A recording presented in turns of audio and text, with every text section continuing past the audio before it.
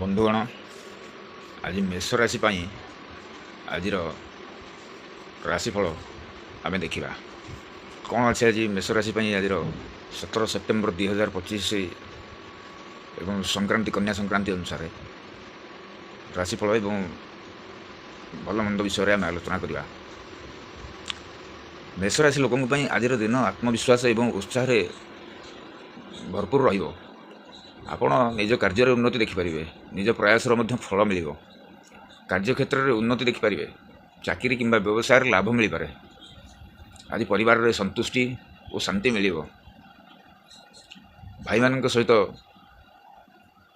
ଭଲ ସୌହାର୍ଦ୍ଦ୍ୟପୂର୍ଣ୍ଣ ବାତାବରଣ ରଖିବା ଉଚିତ। ଶ୍ରମ ଏବଂ ଧୈର୍ଯ୍ୟ ଦ୍ୱାରା ଆପଣଙ୍କର ଅନେକ ସମସ୍ୟାର ସମାଧାନ ହେବ। ମନୋବଳ ଉପରେ ଆପଣ କେନ୍ଦ୍ରିତ ରହିବେ। ମା ଓ ପରିବାରଙ୍କ ସହିତ ସମ୍ବାଦ ଓ ଶାନ୍ତି ଆସିବ। ବୃହତ୍ ଯୋଜନା ତଥା ଜମି ଜାଗା ସମ୍ପର୍କିତ କାର୍ଯ୍ୟରେ ସତର୍କତା ଅବଲମ୍ବନ କରନ୍ତୁ। ଶୁଭ ରଙ୍ଗ ଆପଣଙ୍କର ଆଜି କମଳା ରଙ୍ଗ, ସୁନେଲି ରଙ୍ଗ। ଶୁଭ ସଂଖ୍ୟା 1, 5 ଏବଂ 9। ଶୁଭ ଦିଗ ଯଦି ଆପଣ କହିବେ ତାହେଲେ ଆଜି ଉତ୍ତର ଦିଗ ଆପଣଙ୍କ ପାଇଁ ଶୁଭ। ଆଚ୍ଛା, କୁଣ୍ଡଳୀ ଚକ୍ରରେ ଆପଣଙ୍କର ଆଜି ରାଶିଙ୍କର ଅଧିପତି ହେଲେ ମଙ୍ଗଳ, ନକ୍ଷତ୍ର ଅଧିପତି ହେଲେ ପୁଷ୍ୟ ଓ ଅଶ୍ୱିନୀ ନକ୍ଷତ୍ର। ଚନ୍ଦ୍ର ଗୋଚର ହିସାବରେ ଚନ୍ଦ୍ର ଆପଣଙ୍କର ଚତୁର୍ଥ ଘରେ ଅଛନ୍ତି ଏବଂ ଦୃଷ୍ଟି ପରିବାର, ମାତା ଏବଂ ଗୃହ ଉପରେ ଅଛି।